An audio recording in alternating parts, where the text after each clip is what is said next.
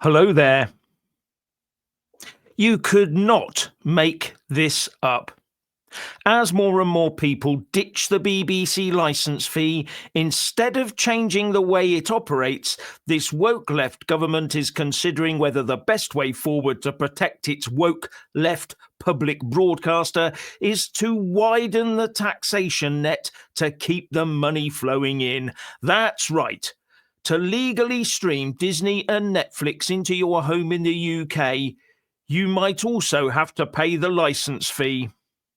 And this is from GB News. Sir Keir Starmer's government is considering making people who only use streaming services like Netflix and Disney pay the BBC licence fee. The idea forms part of plans to modernise the way it funds the public sector broadcaster. So there you have it. Modernise? No, that's just squeezing money out of the people who don't pay for a service they don't use, want, or need. The BBC is losing licence fee viewers hand over fist, while subscription model streaming services are flourishing. So why don't they just follow that model? No, let's soak those who pay for the services they actually want by adding a tax to it. All in the run-up to the renewal of the BBC Charter at the end of 2027. So what do you think about all of this, Richard? Well, the writing's been on the wall for a while, okay? If the BBC had to rely on a subscription service, for instance, it would die instantly because nobody wants to watch the rubbish they produce. Netflix themselves and Disney and Amazon Prime, they've all found the hard way. They've all found it the hard way that if you go woke, you go broke. Look what Disney, for instance, has done to Star Wars and the Marvel universe. They have totally, it's DIE all the way, or DEI. I can't remember which it is. Is it DEI or DIE? DIE seems absolutely more accurate, but there we go. Yes, I mean, I myself have worked in that industry. I've taken the devil's coin at the BBC. I have worked on Netflix productions, and I was surrounded by diversity. How wonderful and inclusive. Yeah, Jeff. Yes, yeah, I understand that point of view. And going DEI, going woke, you go broke. It's been proven time and time again. So why the BBC still do it, I don't know. But there are other options on the table, according to the government, like allowing the BBC to run advertisements. Now, can you imagine it? Wall-to-wall, heat pump, solar panel, wind turbine and electric vehicle ads, no doubt. That's all you'll see, as well as ads that portray the UK as a non-white multicultural wonderland, because that's the BBC all over. And another avenue being explored is a return to the specific radio licence fee. They really are determined to keep the BBC a part of the government, aren't they? What do you reckon, Richard? Yeah, absolutely. I think that the function of the BBC, as we know, is propaganda. Now, with people moving away from other aspects, for instance, of the mainstream media, people are moving away from the newspapers because they just had enough of the rubbish, and the sort of rise of citizen journalists and channels like this one, dare I say, have moved people away from the now completely untrustworthy mainstream media. So how are they going to continue to fund? Basically, how are they going to continue to fund the BBC? How are they going to do it? Right? How's that going to work? Yeah. Unless they start taxing at some point, okay. All right, it is effectively a tax, with people walking away from that now because they're just not using or viewing the BBC, so they are walking away from their license fees. They have to find some way to fill the coffers. Well, why don't you tax all the other people out there? And maybe this is a message to the rest of us that, I mean, Jeff, maybe we're going to be taxed next. People who watch you and I. I mean, that's yes, could well happen either. I wouldn't put it past YouTube is a sort of streaming service, isn't it? It most definitely is, I suppose. I mean, it's social media. I don't know if it's a street. I don't know what category it falls under, but they are just desperate to keep the woke agenda going. And with the others falling to the wayside, which is my point earlier, sorry if I deviated slightly, with the mainstream media seeing the writings on the wall, and they can't get away with saying the usual rubbish that they have done for so long. They're going to have to start diversifying themselves, and diversifying doesn't mean going into diversity. It might actually mean giving people what they want. Yes, diversifying into what people actually demand, and the way and catering for people's beliefs. Yeah, that's going to start happening, I think. Well, I mean, did I hear today that Sky News is in a little bit of hot water? Yes, they're looking like I might be completely money wrong there. problems. Yeah, money problems. Yeah.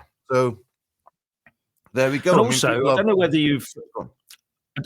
I don't know whether you've picked up, but the White House will be handing out press passes to people on YouTube who do newsy type things or other social media, whether it be Instagram or whatever. What's the other one? What's the other streaming service that the youngsters use? You know. TikTok. TikTok. Yes, TikTok. Those youngsters, they use this thing called TikTok, you know.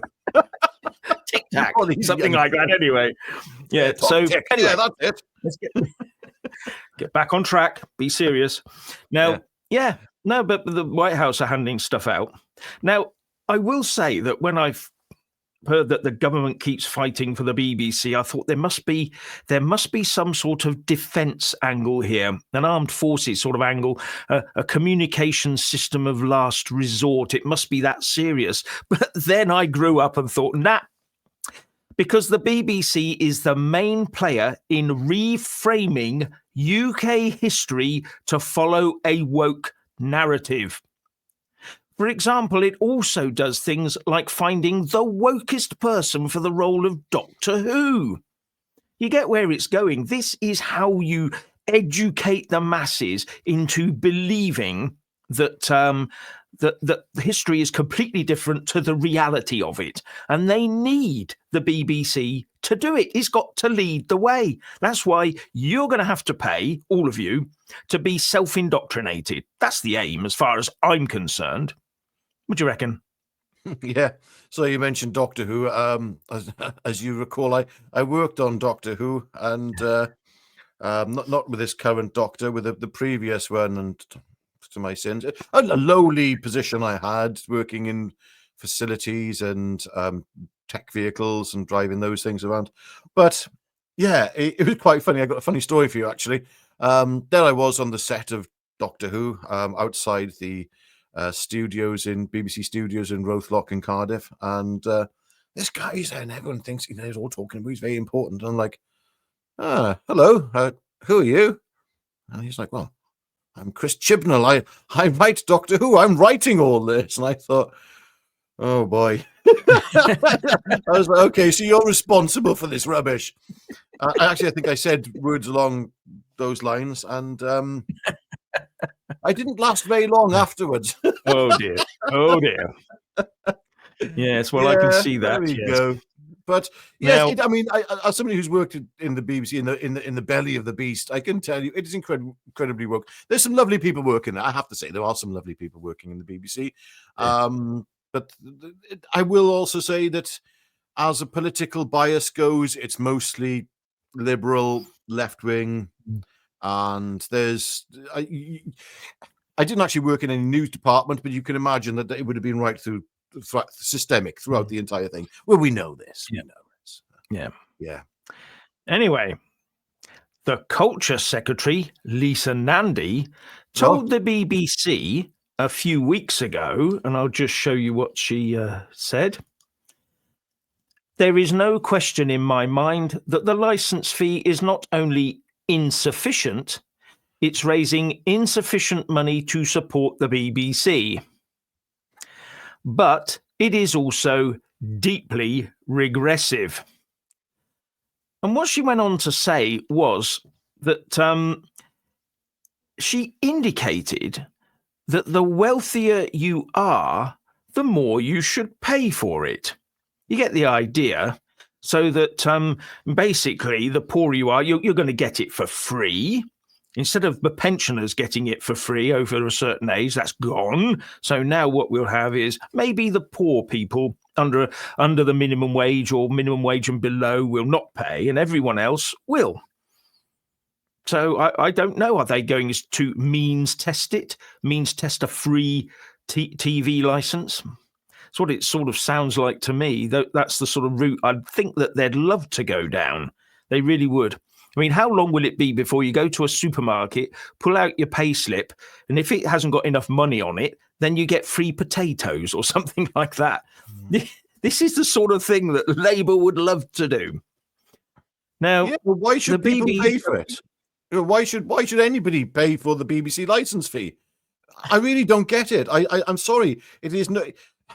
We live in a day and age now where we have technology. If there's an emergency announcement that needs to be made, it wouldn't be the BBC that you'd be doing. It'd be via mobile phone. We already have these emergency alerts, which are being used quite regularly. I think there was one used the other day, actually. In case there's some kind of disaster, impending doom coming your way, they have means of communication. That's already there. So what other function does the BBC serve? I don't get it. I really don't.